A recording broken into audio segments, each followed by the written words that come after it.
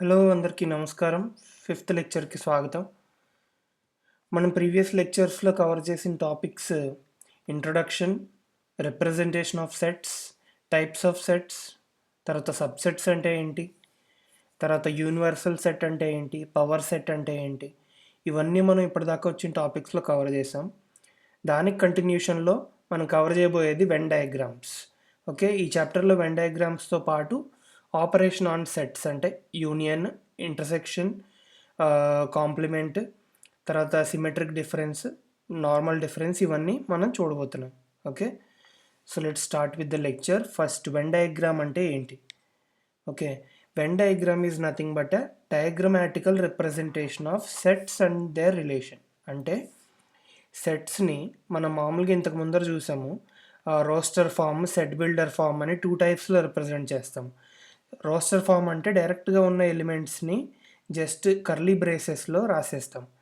అదే set builder form అంటే ఈ ఎలిమెంట్స్కి ఉన్న ప్రాపర్టీని రాస్తాం. అంటే X such that X belongs to natural numbers and X is less than 4. ఇప్పుడు ఇలా రాసామనుకోండి, ఈ రెండు ఒకటే. ఇది రోస్టర్ ఫామ్లో ఉంది, ఇది సెట్ బిల్డర్ ఫామ్లో ఉంది. రోస్టర్ ఫామ్లో మనం డైరెక్ట్గా ఎలిమెంట్స్ని కామా సెపరేట్ చేసి రాసేస్తాము. సెట్ బిల్డర్ ఫామ్లో ఏం చేస్తామంటే దాన్నే ఒక ప్రాపర్టీ కింద రాస్తాం. ఇక్కడ మీరు చూస్తే X belongs to natural numbers అన్నాడు, అంటే ఎక్స్ 1 నుంచి స్టార్ట్ అయ్యి ఇన్ఫినిటీ మధ్య ఏమైనా ఉండొచ్చు, బికాజ్ న్యాచురల్ నెంబర్స్ 1 నుంచి స్టార్ట్ అయ్యి ఇన్ఫినిటీ వరకు వెళ్తాయి. సెకండ్ కండిషన్ ఏమన్నాడు, ఎక్స్ లెస్ దాన్ 4 అన్నాడు. సో ఎక్స్ లెస్ దాన్ 4 అయితే మనకి మిగిలే ఎలిమెంట్స్ ఏంటి, ఫస్ట్ మూడే కదా. ఓకే, ఫోర్త్ నుంచి అంతా ఈ కండిషన్ సాటిస్ఫై చేయవు. సో 1, 2, 3ని మనం ఇలా అయినా రాసుకోవచ్చు, ఇలా అయినా రాసుకోవచ్చు. ఈ రెండు కాకుండా ఒకవేళ డయాగ్రమాటికల్గా రిప్రజెంట్ చేయాలంటే ఎలాగా, మనం వెన్ డయాగ్రామ్స్తో రిప్రజెంట్ చేయొచ్చు. ఫస్ట్ ఈ మెథడ్ని యూస్ చేసిన ఆయన జాన్ వెన్ అని చెప్పి ఒక ఇంగ్లీష్ మ్యాథమెటిషియన్, లొజిషియన్. సో ఆయన పేరు మీదే వెన్ డయాగ్రామ్స్ అని పెట్టారు.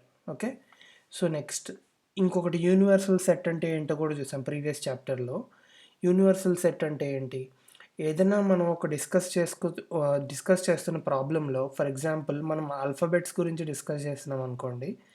ఓకే, సో ఆల్ఫాబెట్స్కి సంబంధించిన అన్ని వాల్యూస్ యూనివర్సల్ సెట్లో ఉండాలి, అప్పుడే దాన్ని మనం యూనివర్సల్ సెట్ అని కన్సిడర్ చేయగలం. So universal set should be A నుంచి జెడ్ వరకు అన్ని ఆల్ఫాబెట్స్ ఉండాలి, క్యాపిటల్ ఏ నుంచి క్యాపిటల్ జెడ్ వరకు అన్ని ఆల్ఫాబెట్స్ ఉండాలి, అప్పుడు ఇది యూనివర్సల్ సెట్ అవుతుంది.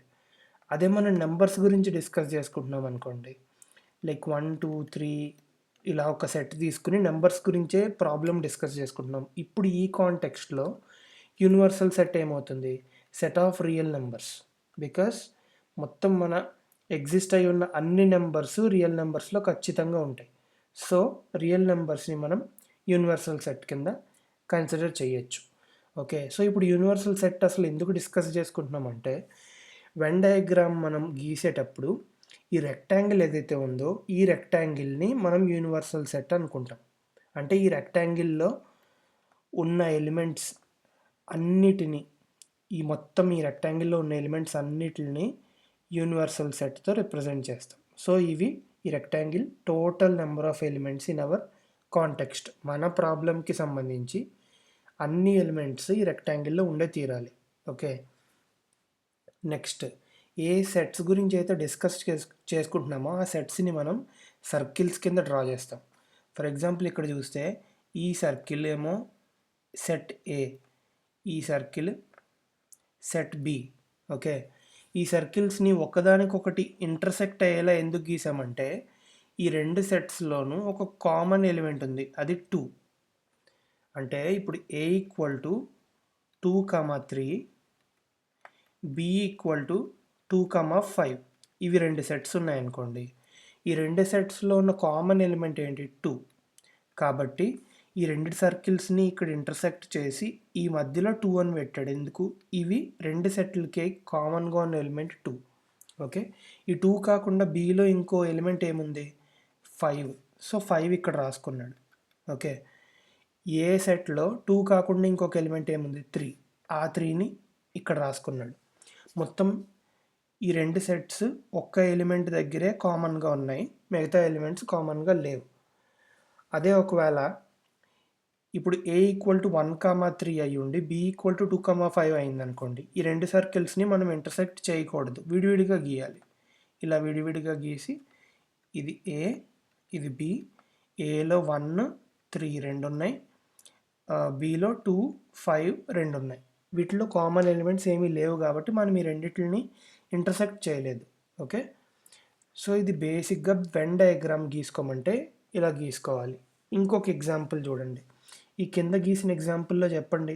ఇప్పుడు మీరు దీన్ని చూసి గెస్ చేయండి. ఏ సెట్ ఏమవుతుంది? సెట్ ఆఫ్ ఏ ఏమవుతుంది? 30, 10.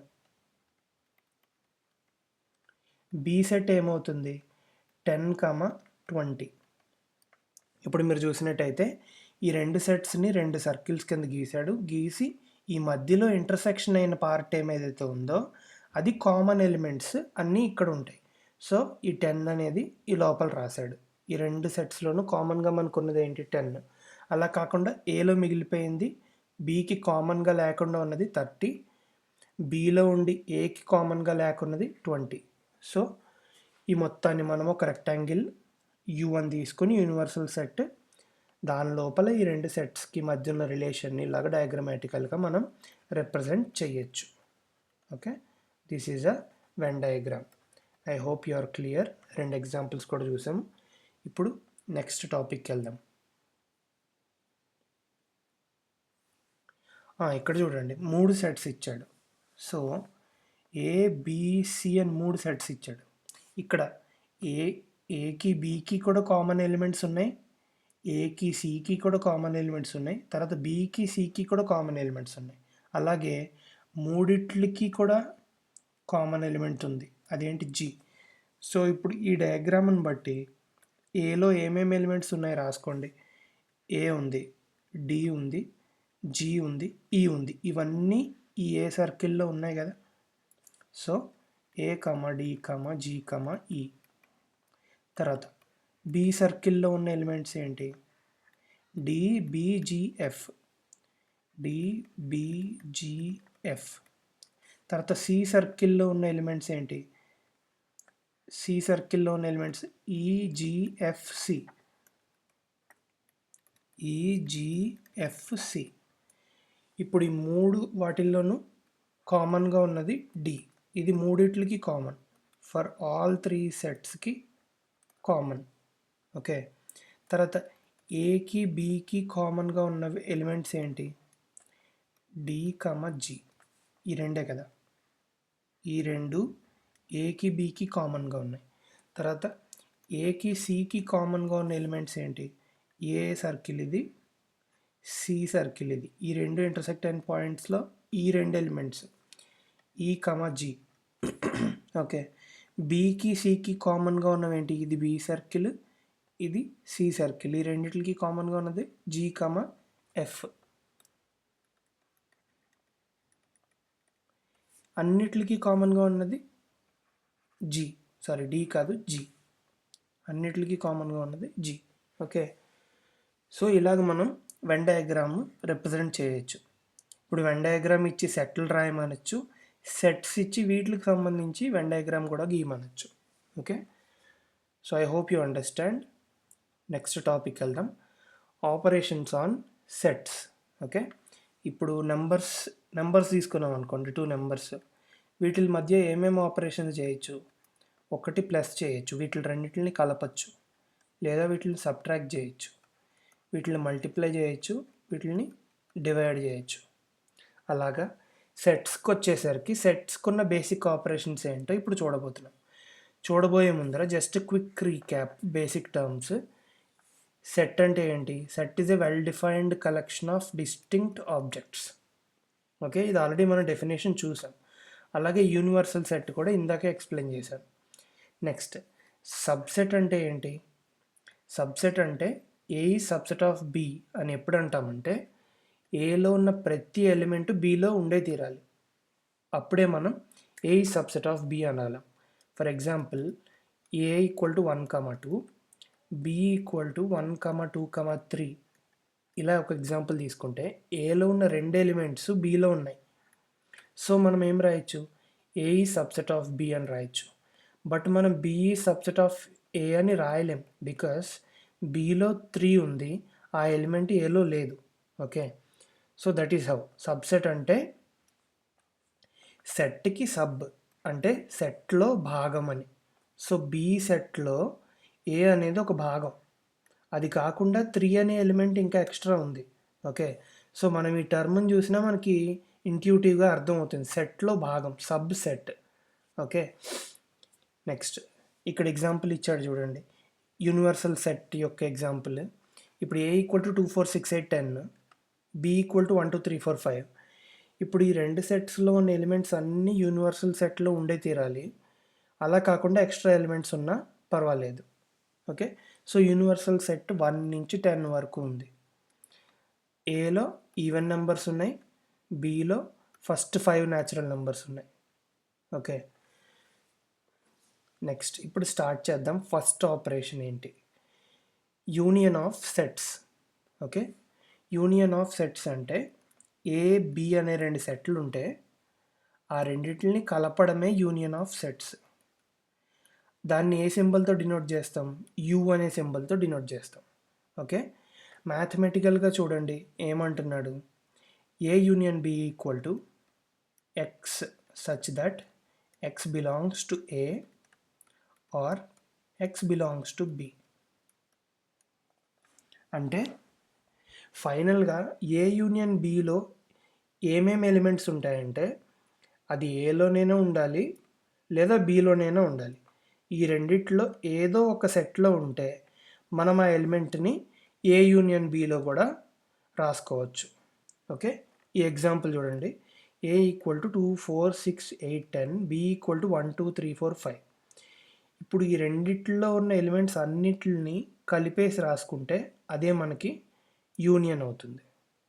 ఓకే, సో ఇప్పుడు వెన్ డయాగ్రామ్లో దీన్ని ఎలా రిప్రజెంట్ చేస్తారో చూడండి. ఇప్పుడు ఒక రెక్టాంగిల్ తీసుకున్నాను, దీన్ని యూనివర్సల్ సెట్ అనుకున్నా, ఇది సెట్ ఏ అనుకున్నా, ఇది సెట్ బి అనుకున్నా. Okay, A B. ఇప్పుడు డయాగ్రమాటికల్గా ఏ యూనియన్ బి అంటే ఏమవుతుంది? ఏలో ఉన్న అన్ని ఎలిమెంట్స్ ఉండాలి, బిలో ఉన్న అన్ని ఎలిమెంట్స్ ఉండాలి. ఓకే, సో ఈ రెండు సర్కిల్స్ని మనం కంప్లీట్గా షేడ్ చేసేస్తే ఈ మొత్తం ఏరియాయే ఏ యూనియన్ బి అవుతుంది. ఏలో ఉన్న అన్ని ఎలిమెంట్స్ ఉన్నాయి, బిలో ఉన్న అన్ని ఎలిమెంట్స్ ఉన్నాయి, కామన్గా ఉన్న ఎలిమెంట్స్ కూడా ఉన్నాయి, అన్నీ కలిపితేనే A union B. Okay, I hope you understand. వర్డ్లోనే ఉంది, యూనియన్ అంటే కలపటం. ఓకే, మ్యాథమెటికల్గా మనం ఎలా రిప్రజెంట్ చేస్తాం అంటే ఎక్స్ ఏలోనైనా ఉండాలి ఆర్ లేదా ఎక్స్ బిలోనైనా ఉండాలి. ఈ రెండు కండిషన్స్లో ఏదో ఒక కండిషన్ సాటిస్ఫై అయితే చాలు, మనం దాన్ని ఏ యూనియన్ బిలో ఆ ఎలిమెంట్ని ఉంచవచ్చు. Okay, next intersection of sets. Intersection of sets అంటే ఏంటి? ఏ బి అనే రెండు సెట్లు ఉంటే వాటిల్లో మనం ఇంటర్సెక్షన్ ఎప్పుడు అంటామంటే X such that X belongs to A and X belongs to B. ఇక్కడ కండిషన్ ఏంటి? మనం తీసుకోబోయే ఎలిమెంట్ ఏలోనూ ఉండాలి, బిలోనూ ఉండాలి, రెండిట్లోనూ ఉండాలి. రెండిట్లోనూ ఉన్నప్పుడే మనం దాన్ని ఏ ఇంటర్సెక్షన్ బిలో రాయగలం. సో ఇక్కడ ఒక ఎగ్జాంపుల్ చూడండి, 1 2 3 బి ఈక్వల్ టు 2 4 5. ఇప్పుడు ఇక్కడ 1 తీసుకున్నాం అనుకోండి, 1 తీసుకుని ఈ రెండు కండిషన్స్ చెక్ చేయండి. X belongs to A, 1 belongs to A correct, because 1 ఏలో ఉంది కాబట్టి. బట్ 1 బిలాంగ్స్ టు బి తప్పు, బికాజ్ 1 బిలో లేదు. సో ఈ రెండు కండిషన్స్లో ఫస్ట్ కండిషన్ ఒకటే సాటిస్ఫై అయింది కానీ రెండోది అవ్వలేదు. సో మనం ఏ ఇంటర్సెక్షన్ బిలో 1ని రాసుకోకూడదు. ఇప్పుడు 2 తీసుకున్నాం అనుకోండి, ఇప్పుడు 2 అనే element belongs to A, belongs to B, రెండిట్లోనూ ఉంది కాబట్టి మనం దాన్ని ఏ ఇంటర్సెక్షన్ బిలో రాసుకోవచ్చు. ఇప్పుడు 3 ఏలో ఉంది కానీ బిలో లేదు, సో 3ని కూడా రాసుకోలేం. 4 5 కూడా అంతే, 4 5 రెండు బిలో ఉన్నాయి కానీ ఏలో లేవు, సో వీటిని కూడా మనం ఏ ఇంటర్సెక్షన్ బిలో రాసుకోలేం. సో ఫైనల్గా మనకి ఏ ఇంటర్సెక్షన్ బి అంటే అర్థమైంది ఏంటి? రెండు ఎక్కడైతే కామన్గా కలుస్తున్నాయో ఆ ఎలిమెంట్స్ని మాత్రమే రాసుకోగలం. సో ఈ రెండిట్లో కామన్గా ఉన్నది 2, సో అదొక్కటే ఏ ఇంటర్సెక్షన్ బిలోకి వచ్చింది. ఇప్పుడు వెన్ డయాగ్రామ్ చూడండి. వెన్ డయాగ్రామ్లో మనం దీన్ని ఎలా రిప్రజెంట్ చేయొచ్చు? ఇప్పుడు రెక్టాంగిల్ తీసుకుని దీన్ని యూనివర్సల్ సెట్ అనుకున్న తర్వాత ఇప్పుడు 2 సర్కిల్స్ ఇలా గీసుకుని ఇది సెట్ ఏ, ఇది సెట్ బి అనుకుంటే ఏ ఇంటర్సెక్షన్ బిలోకి మనకి ఏం ఎలిమెంట్స్ వస్తాయి? రెండిట్లోనూ కామన్గా ఉన్న ఎలిమెంట్సే వస్తాయి. సో ఏ ఇంటర్సెక్షన్ బిని వెన్ డయాగ్రామ్లో ఆ షేడెడ్ ఏరియాతో ఓన్లీ ఈ ఏరియాను మాత్రమే ఏ ఇంటర్సెక్షన్ బి అంటాం. Okay, I hope this is clear. Next దానికి వెళ్దాము. Difference of two sets. Difference of two sets అంటే ఏంటి? ఏ బి అనేవి 2 సెట్లు అయితే ఏ మైనస్ బి ఏమవుతుంది? X such that X belongs to A and X does not belongs to B. Okay, అంటే X అనేది ఏలో ఉండాలి కానీ బిలో ఉండకూడదు. ఇప్పుడు ఈ పైన తీసుకునే ఎగ్జాంపులే చూడండి. ఏ అనే సెట్ 2 4 6 8 10, బి అనే సెట్ 1 2 3 4 5. ఇప్పుడు ఈ రెండిట్లో ఉన్న కామన్ ఎలిమెంట్స్ ఏంటి? టిక్ పెట్టుకుందాం. 2 ఈ రెండిట్లోనూ కామన్గా ఉన్నాయి. తర్వాత 4 ఈ రెండిట్లోనూ కామన్. 6 8 10 ఈ 3 ఇక్కడ లేవు. Okay, so A minus B అంటే ఏంటి? ఏలోంచి బిలో కామన్గా ఉన్న ఎలిమెంట్స్ అన్నీ తీసేయాలి. ఎందుకంటే కండిషన్ ఏం చెప్తుంది? X belongs to A, X does not belongs to B. అంటే ఎక్స్ ఏలో ఉండాలి కానీ బిలో ఉండద్దు. సో బిలో ఉండద్దు అంటే దాని అర్థం ఏంటి? కామన్ ఎలిమెంట్స్ని తీసేమనే కదా. సో ఈ కామన్ ఎలిమెంట్స్ని కనుక మనం తీసేస్తే A minus B equal to 6 8 10. Okay, so A minus బిని ఒక రకంగా మీరు ఎలా అర్థం చేసుకోవచ్చు అంటే ప్యూర్గా ఏలో ఉన్న ఎలిమెంట్సే ఉండాలి, కామన్ ఎలిమెంట్స్ ఏవి ఉండద్దు ఏలో. సిమిలర్గా ఇప్పుడు బి మైనస్ ఏ రాసుకుంటే బిలో ఉన్న ఎలిమెంట్స్ మాత్రమే ఉండాలి, ఏలో కామన్గా ఉన్న ఎలిమెంట్స్ ఉండద్దు.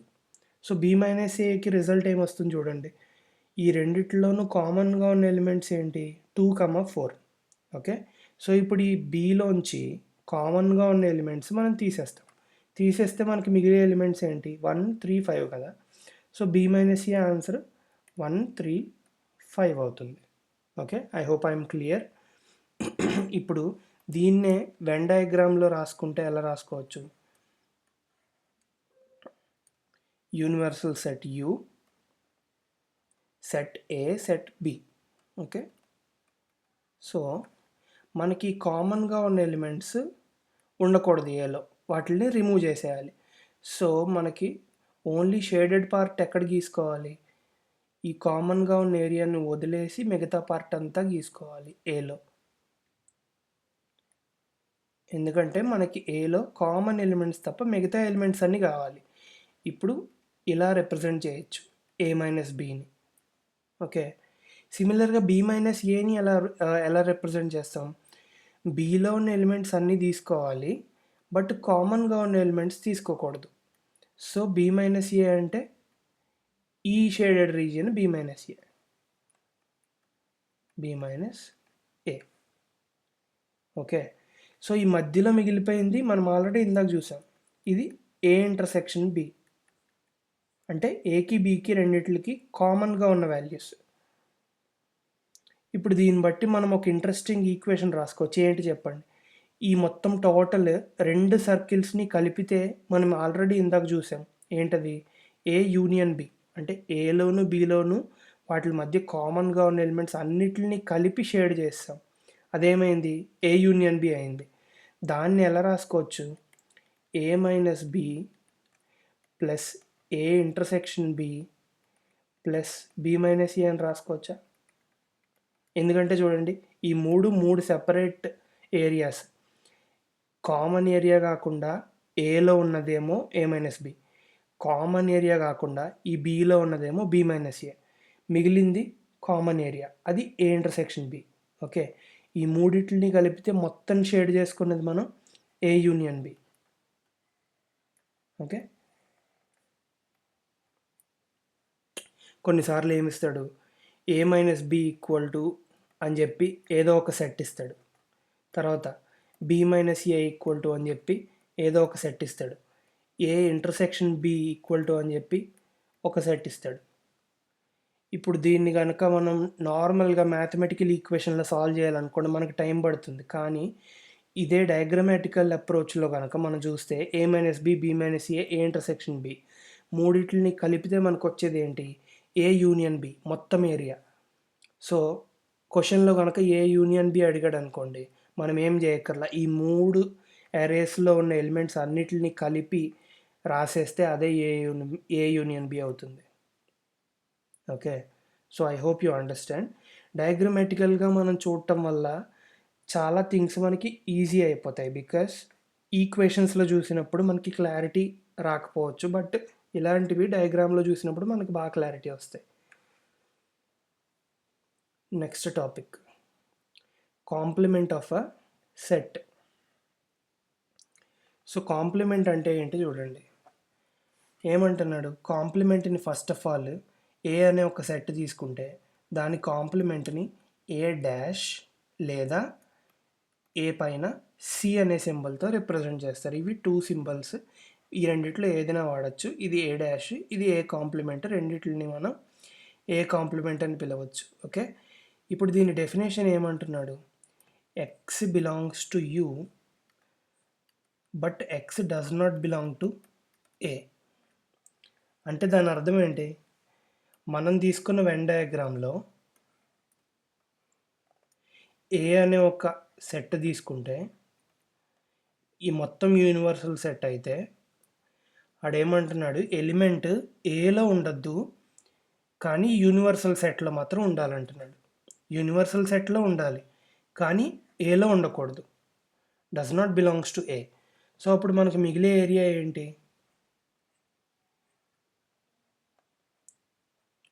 ఏలో ఉండకూడదు కానీ మిగతా సెట్లో ఎక్కడైనా, మిగతా యూనివర్సల్ సెట్లో ఎక్కడైనా ఉండొచ్చు. ఓకే, సో ఒక రకంగా ఏలో ఉన్న ఎలిమెంట్స్ ఏమీ ఉండకూడదు, మిగతా యూనివర్సల్ సెట్ ఎలిమెంట్స్ అన్నీ ఉండాలి. సో ఇక్కడ ఉన్న ఎగ్జాంపుల్ చూడండి, 1 నుంచి 10 వరకు మొత్తం అన్నీ ఉన్నాయి యూనివర్సల్ సెట్లో. ఏలో ఏమున్నాయి, 2, 4, 6, 8, 10 ఉన్నాయి. ఈ ఎలిమెంట్స్ మనం జస్ట్ యూనివర్సల్ సెట్లో ఉన్న ఎలిమెంట్స్ నుంచి తీసేయాలి. తీసేస్తే మనకు మిగిలేది ఏంటి, 1, 3, 5, 7, 9 ఇవి మిగులుతాయి. ఇది ఏ కాంప్లిమెంట్కి ఉన్న వాల్యూ. సో బేసిక్గా ఒక రకంగా ఏంటి, యూలోంచి ఏ ఎలిమెంట్స్ అన్నిటిని తీసేస్తే అదే మనకి ఏ కాంప్లిమెంట్ అవుతుంది. మీరు ఆలోచించి చూడండి, మొత్తం యూలో ఉన్న ఎలిమెంట్స్ అన్నిటి నుంచి ఏ ఎలిమెంట్స్ మనం రిమూవ్ చేసేస్తున్నాం మనకొద్దు. So U minus A will be A complement. Okay, ఇది కాంప్లిమెంట్ ఆఫ్ ఎ సెట్కి డెఫినేషన్. ఇది వెన్ డయాగ్రామ్ రిప్రజెంటేషన్. ఈ షేడెడ్ ఏరియా మొత్తం ఏ కాంప్లిమెంట్ అవుతుంది. Symmetric difference. సిమెట్రిక్ డిఫరెన్స్ అంటే ఏంటంటే, ఏ బి అనే 2 సెట్లు ఉంటే మనకి కామన్ ఎలిమెంట్స్ తప్ప ఆ 2 సెట్లో ఉన్న మిగతా ఎలిమెంట్స్ అన్నీ కావాలి. సో కామన్ ఎలిమెంట్స్ రిమూవ్ చేసేసి మిగతా ఎలిమెంట్స్ ఆ 2 సెట్లో ఏమున్నాయో వాటిలన్నిటిని తీసుకుంటే అదే symmetric difference. Okay, mathematical definition చూడండి, దాన్ని ఏ ట్రయాంగిల్ బి అనే సింబల్తో రిప్రజెంట్ చేస్తారు. దీంట్లో ఏమంటున్నాడు, X belongs to U such that X belongs to A minus B union B minus A. మనం ఆల్రెడీ ఇందాక చూసాం. వెన్ డయాగ్రామ్ మళ్ళీ డ్రా చేసి చూపిస్తాను. ఇది యూనివర్సల్ సెట్ యూ, ఇవి 2 సెట్లు A and B. So A minus B అంటే ఏంటి, ఫస్ట్ ఆఫ్ ఆల్ ఏలో ఉండాలి ఆ వాల్యూ కానీ బిలో ఉండద్దు. సో ఈ కామన్గా ఉన్న పార్ట్ ఏదైతే ఉందో దాన్ని మనం రిమూవ్ చేస్తాం. రిమూవ్ చేసి ఓన్లీ ఏలో ఉన్న ఎలిమెంట్స్ తీసుకుంటాం ఏ మైనస్ బి అంటే. సిమిలర్గా బి మైనస్ ఏ అంటే ఏంటి, ఓన్లీ బిలో ఉండాలి, ఆ ఎలిమెంట్ ఏలో ఉండకూడదు. సో ఈ కామన్ ఏరియాని వదిలేసి మిగతా బీలో ఉన్న ఏరియా అంతా ఇలా షేడ్ చేసుకుంటాం. ఇది B minus A. But A triangle B ఏమంటున్నాడు, ఈ ఏ మైనస్ బిని బి మైనస్ ఏని కలిపేయమంటున్నాడు, యూనియన్ చేయమంటున్నాడు. ఓకే, సో ఈ ఇంటర్సెక్షన్లో ఉన్న కామన్ పార్ట్ తప్ప ఈ ఎలిమెంట్స్ రెండిటిని యూనియన్ చేయమంటున్నాడు. ఓకే, దీన్ని ఒక రకంగా ఏం రాసుకోవచ్చు మనం, టోటల్ ఏ యూనియన్ బి నుంచి ఏ ఇంటర్సెక్షన్ బి తీసేయమనే కదా అర్థం. ఈ మొత్తం అన్ని సర్కిల్స్ని కామన్ పార్ట్ కూడా కలిపేసి మనం షేడ్ చేస్తే అది ఏ యూనియన్ బి అవుతుంది. ఈ మధ్యలో ఉన్న కామన్ పార్ట్ ఒక్కటే ఏ ఇంటర్సెక్షన్ బి అవుతుంది. సో ఈ మొత్తంలోంచి కామన్ పార్ట్ని ఒక్కటే తీసేస్తే మనకి ఏ ట్రయాంగిల్ బి వస్తుంది, A union B minus A intersection B. దీన్నే అతన్ని ఇక్కడ అఫీషియల్ డెఫినేషన్ ప్రకారం ఏం రాసుకున్నారు, A minus B union B minus A. అంటే రెండు సెట్స్లోనూ కామన్గా ఉన్న ఎలిమెంట్స్ తప్ప మిగతావన్నీ తీసుకోవాలి. So that is the definition of symmetric difference. ఇది Venn diagram representation of A triangle B. Okay, మనం నెక్స్ట్ టాపిక్కి వెళ్దాం. Important identities. ఓకే, ఇది మనం నెక్స్ట్ లెక్చర్లో డీల్ చేద్దాం. ఈ లెక్చర్లో ఇక్కడతో క్లోజ్ చేస్తున్నాను. మనం చూసినవి ఏంటి, వెన్ డయాగ్రామ్ అంటే ఏంటి, తర్వాత సెట్స్ మీద మనం చేసే డిఫరెంట్ టైప్స్ ఆఫ్ ఆపరేషన్స్ ఏంటి. ఓకే, ఇప్పుడు ఈ ఆపరేషన్స్కి ఉన్న ఐడెంటిటీస్ చూద్దాం నెక్స్ట్ లెక్చర్లో. Thank you.